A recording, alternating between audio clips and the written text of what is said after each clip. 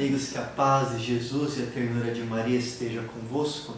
Neste 27º domingo do tempo comum, nós meditaremos o Evangelho de Marcos, capítulo 10, versículo 2 a 16. O Evangelho onde entra um questionamento feito pelos fariseus: é lícito ou não é lícito o homem deixar a mulher? E Jesus volta às origens. Isto vem a causa da dureza do vosso coração, mas no princípio não era assim. No princípio o homem foi criado por Deus, juntamente com a mulher, para se unirem e ali formarem uma família. Serem um lar, como diz a música do Padre Zezinho, um lar de aconchego e amor. Um lar onde ambos se complementam, onde ambos são co-criadores com o Criador. Mas infelizmente nós vemos que esta realidade que deveria ser, e é uma realidade divina, mas deveria ser a expressão própria da entrega e do amor de Deus entre o casal, muitas vezes é uma realidade de guerra, de brigas. Muitas vezes ela é uma realidade de desumanização e de total desamor. É triste ver como hoje tantos casais vivem em pé de guerra, porque vivem em torno de um egoísmo, de uma falsidade, de uma hipocrisia. Viveram no namoro, no noivado, atrás de máscaras, buscando o seu próprio eu, mas depois as máscaras caem e vem a grande realidade do matrimônio, que é, na verdade, um chamado à santidade. Em hebraico, nós temos a palavra yadá, que significa conhecer, que é a mesma palavra que expressa a sexualidade. Nós vemos que no matrimônio, onde esta sexualidade, que deveria ser um sinal unitivo do casal, que também é procriativo, porque Deus criou o homem e a mulher, deu-lhes a sexualidade para poderem procriar, e a sexualidade que vem dentro do matrimônio como causa de unidade entre o casal, muitas vezes ela dentro do matrimônio é um profundo egoísmo, um profundo ferir-se ao outro e a si mesmo. Quando principalmente se usa o sexo, o ato sexual, para a busca do próprio prazer. É triste ver que essa sexualidade, muitas vezes dentro do matrimônio, ela é usada como um instinto animal. Mas o homem, ele não deve ser regido pelo seu instinto animal. O homem, ele possui sim a sexualidade, mas é uma sexualidade humana. Ela é baseada no complemento de um pelo outro, onde ele se realiza uma comum união de entrega, de vida, de amor, que leva o casal a cada vez mais se entregar. A igreja vê o leito matrimonial do casal como um altar, onde se oferece. Onde ali no leito matrimonial, da mesma forma que no altar é oferecido o Senhor, que se entrega por nós, ali o casal é chamado a se oferecer um pelo outro, em Cristo, para realizar o projeto do Pai na sua vida, que é essa entrega total de um pelo outro, com uma expressão íntima e total do amor, de entrega de Deus. Mas como é triste vermos que nem sempre é assim. Muitas vezes o ato matrimonial, o ato sexual dentro do matrimônio, gira em torno da esfera do prazer do eu, onde não se busca mais fazer o outro feliz, mas se busca o próprio prazer. E quando o homem ele é movido, regido pelo seu próprio prazer, ali ele cai na sua maior baixeza, chegando até o ponto de permitir-se o ato sexual, o prazer pelo prazer, não importando mais se é com o seu esposo, se é com a sua esposa, não importa mais nada. O que importa é ter o prazer. mesmo que esse prazer venha, como nós vemos hoje, para muitos pela zoofilia, pelo sexo com animais, sexo com árvore, pela própria masturbação e tantos outros afins. E assim se cai o princípio próprio bíblico do matrimônio, que é a entrega, que é yadá em hebraico, ou seja, conhecer. O ato deveria ser para um conhecer mais o outro, se torna um ato para ferir a si mesmo e ferir o outro. Essa relação sexual que deveria ser uma relação de entrega de duas pessoas diferentes para buscar esse complemento de duas pessoas com um ato de humildade, onde um precisa do outro para caminhar, se entregar e ser feliz, se torna um ato de total egoísmo. Como eu vejo que os casais devem aprender esta entrega. Vamos agora proclamar o Evangelho. Nós faremos uma Lexio Divina sobre este Evangelho. Proclamação do Evangelho de Jesus Cristo segundo Marcos. Naquele tempo, alguns fariseus se aproximaram de Jesus para pô-lo à prova. Perguntaram se era permitido o homem divorciar-se de sua mulher. Jesus perguntou: o que Moisés os ordenou? Os fariseus responderam: Moisés permitiu escrever uma certidão de divórcio e despedi-la. Jesus então disse: foi por causa da dureza do vosso coração que Moisés vos escreveu este mandamento. No entanto, desde o começo da criação, Deus os fez homem e mulher. Por isso o homem deixará seu pai e sua mãe, e os dois serão uma só carne. Assim já não são dois, mas uma só carne. Portanto, o que Deus uniu, o homem não separe. Em casa, os discípulos fizeram novamente perguntas sobre o mesmo assunto. E Jesus respondeu: quem se divorciar de sua mulher e casar com outra, cometerá adultério contra a primeira. E se a mulher se divorciar de seu marido e casar com outro, cometerá adultério. Depois disso, traziam as crianças para que Jesus as tocasse, mas os discípulos a repreendiam. Vendo isso, Jesus se aborreceu e disse: deixai vir a mim as crianças, não as proibais, porque o reino de Deus é dos que são como elas. Em verdade vos digo, quem não receber o reino de Deus como uma criança, não entrará nele. Ele abraçava as crianças e abençoava, impondo-lhes as mãos. Irmãos e irmãs, essas são palavras de vida e da nossa salvação. Eu dizia que Deus deu esse grande dom, a sexualidade para o homem, que pode ser um dom dentro do matrimônio para construir ou para destruir. Depende da ótica com qual nós vemos esse dom e como usamos. A sexualidade é sempre algo bom, é um dom de Deus. Mas o homem pode transformar desse dom de Deus, da sexualidade, uma bomba atômica para destruir a sua própria vida. Como muitos são escravos da sexualidade, não conseguem dizer não nem para o seu próprio corpo. E aí cai nesse pansexualismo, que o que vale apenas o prazer. Não importa a forma e não importa como. O efeito é realmente destruidor, quando o homem cai nesta escravidão sexual e deixa assim de amar. O amor que deveria ser entrega, o sexo deveria ser a entrega de amor, se torna então apenas a busca do prazer. Quantos casais que dentro do matrimônio, no ato sexual, se permitem a tudo.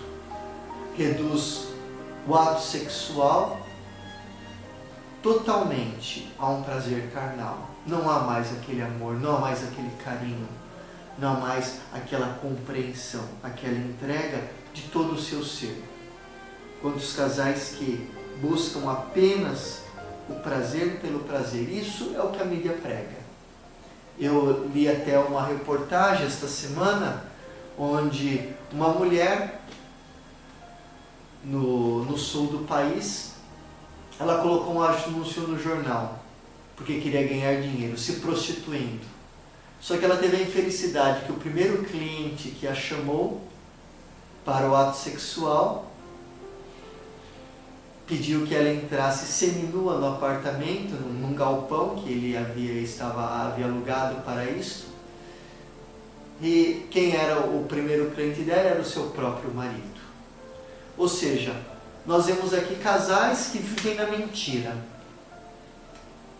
vivem de máscara, casais que não se conhecem mais, ou seja, não vivem o yadá, em hebraico, a sua sexualidade, que é esse conhecimento, essa entrega, e buscam o prazer fora, vivem em função de um prazer fora e destroem as suas famílias.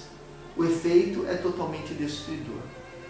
Os fariseus colocam Jesus à prova porque eles querem pegar Jesus.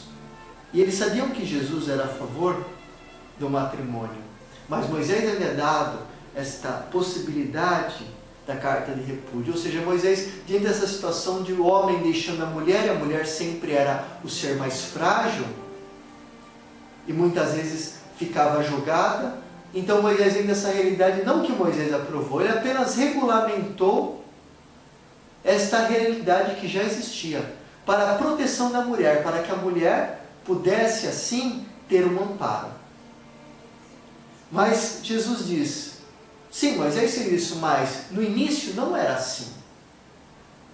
Fez isso a causa da dureza do vosso coração. Assim Jesus quebra e rompe com o divórcio, que não é permitido.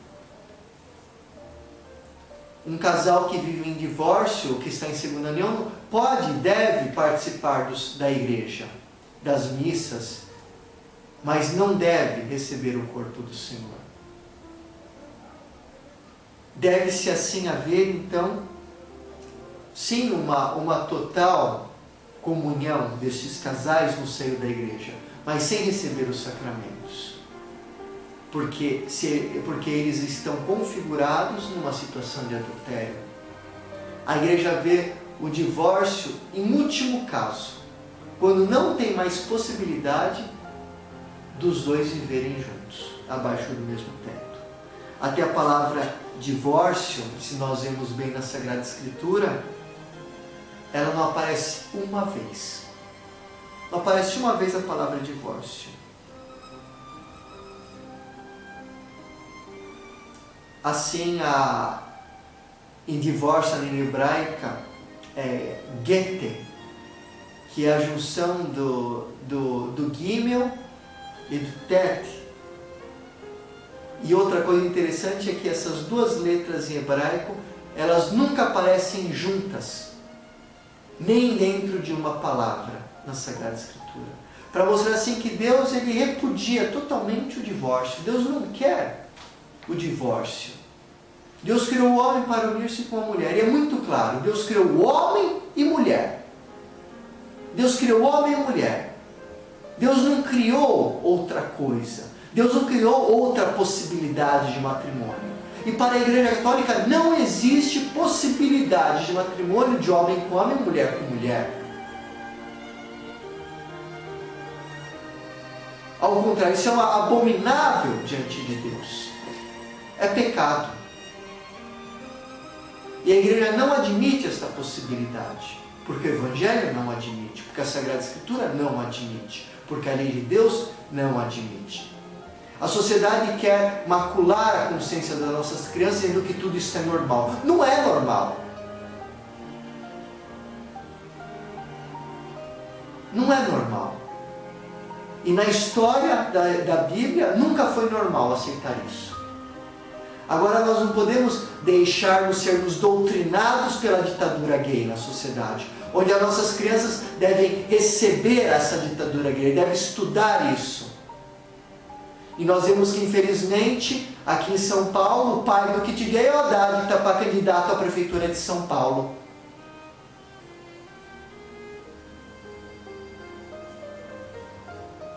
Do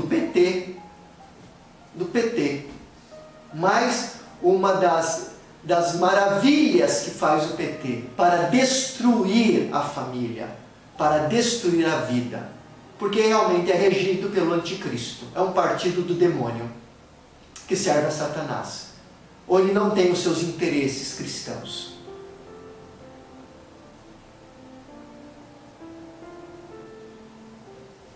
E como é triste ver que Moisés fez isso a causa da dureza do coração deles. E hoje quantos esposos, cônjuges, vivem o coração duro, fechado em si mesmo? Principalmente casais jovens, que se casam onde cada um quer ter a sua autonomia, a sua vida. Um casal quando se casa, que já inicia dividindo tudo. Dividindo tudo no sentido de compartilhar tudo, inicia bem. Agora o casal que inicia cada um tendo a sua conta no banco, cada um tendo suas coisas, inicia muito mal. Porque se não se compartilha as menores coisas, não compartilharão as grandes e não viverão no amor.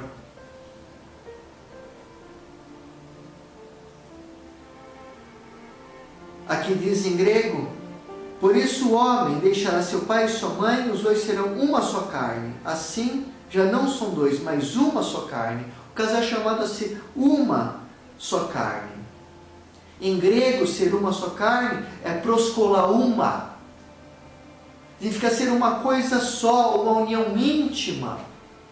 Uma união que não se rompe mais. O homem é chamado a amar a sua esposa como carne da sua carne, a esposa seu marido como carne da sua carne, vendo nele uma coisa só, vendo nela ao seu próprio eu.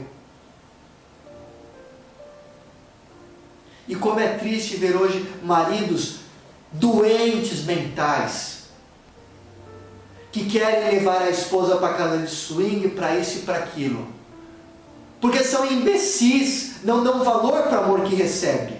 E depois vão na casa de swing, daí o outro transa com a sua esposa, ele transa com o outro, e depois pega o mais, todo mundo infeliz e acaba a família. Hoje os homens e as mulheres estão doentes na mente. Onde tem na sua mente só escrito sexo, sexo, sexo. Depois morre de AIDS. Há uma banalização da vida, há uma banalização do amor. São homens e mulheres que não deveriam ter casado. Ou se são casados e vivem com essa ideia, mostram impróprios imbecis, cretinos, que fizeram um juramento no altar da boca para fora, porque não tem nem palavra de homem. É um lixo de gente. Esse sim deveria amarrar uma pedra no pescoço e jogar no mar, porque não presta. Não presta, é um devasso mental. E depois, a causa de um devasso mental desse, que mentiu para a esposa quando foi casar, se estraga toda uma família e faz com que perca também os filhos. Que exemplo o filho vai ter de um pai devasso mental, que depois largou da mãe, casou com uma, com outra e vive depois só em prostituta? É isso que quer para o teu filho? E tudo isso por quê? Porque se afasta de Deus. Um homem ou uma mulher, quando não vive no Senhor, não consegue construir um matrimônio feliz, um matrimônio em Deus. Quantos ainda que caem nessa imbecilidade de partir a sua vida matrimonial, compartilhar a sua intimidade com pessoas de fora, dizendo o que faz ou o que deixou de fazer com a esposa, ou a esposa que fez o que deixou de fazer com o marido. Depois recebe conselho de pessoas imbecis, que não conhecem nada de moral, nada da lei de Deus, que vivem a mente do paganismo, e dizendo: ah, mas você está certo nisso, ela está errada naquilo. Que moral tem essas pessoas para dizer?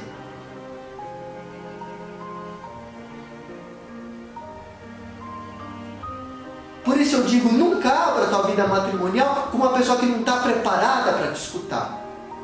Com uma pessoa do mundo, que pensa como o mundo. E que te incentiva a ir para essas porcarias de casa de swing, para prostituição. Que conselho você receberá? Só coisas do demônio. É duro ver isso. Casais que abrem a sua vida matrimonial íntima ao parecer de outra pessoa, para escutar o parecer do que os outros acham, o que os outros deixou de achar. E abrem assim sobre o sexo, sobre sua intimidade, sobre sua sexualidade, e jogam o seu matrimônio, aquilo que era algo mais sagrado, no lixo. Confia a pessoas que não merecem confiança.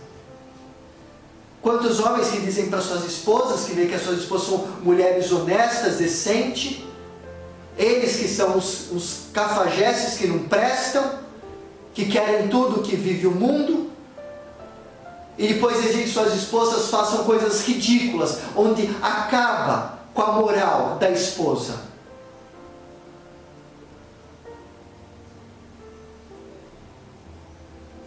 Exigem que as esposas façam uma ou outra coisa dentro do matrimônio que não é lícito. Exigem sexo anal, isso e aquilo, sendo que isso não é permitido dentro do matrimônio para um casal cristão. E muitas vezes a mulher se sente ridicularizada, se sente objeto na mão do homem. E o homem não quer, não percebe isso, ou melhor, não quer perceber, porque quer viver na sua devassidão, pensando no seu prazer, e não na sua esposa, nos sentimentos da sua esposa. O pior é que muitas vezes agridem as esposas com palavras de ofensas, de baixo calão. Por quê? Porque são de baixo calão, porque são sem educação. E quantos ainda que brigam, depois vem com a cara lavada, dizem se arrependeu, depois outro dia faz a mesma coisa. Mostra que tem duas personalidades, que precisam de um tratamento médico. Ou melhor, vira homem,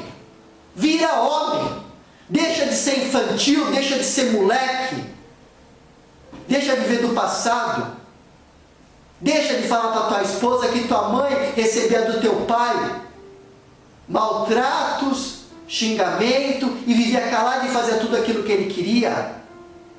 Porque você não casou com a tua mãe, você casou com uma mulher que é chamada a ser tua esposa em dignidade, não com uma vagabunda que é para ser sua prostituta. Se você quer uma vagabunda, pelo menos seja homem.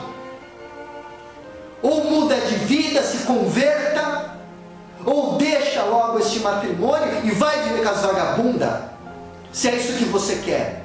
Porque assim você vai mostrar que você também é um vagabundo, que você não presta, que você é um canalha, que não dá valor para tua esposa e nem para os teus filhos.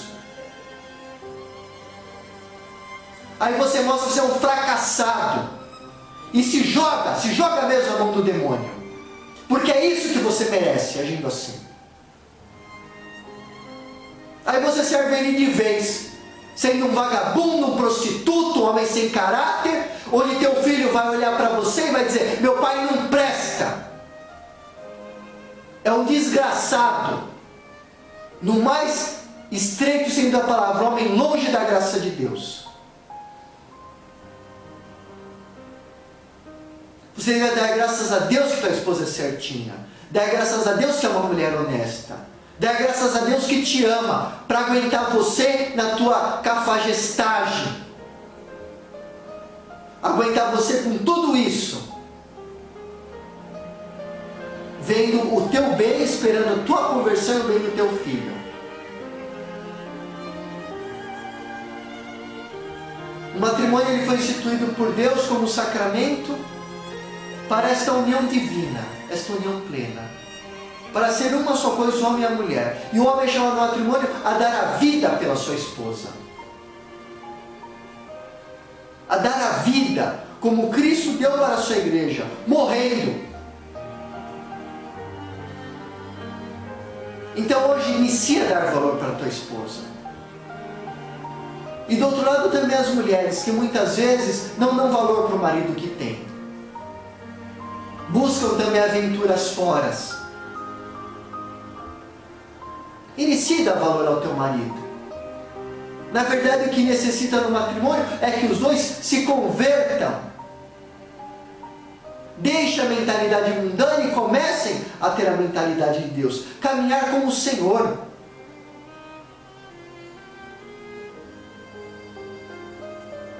Assim seria muito melhor. Assim a sociedade caminha muito melhor.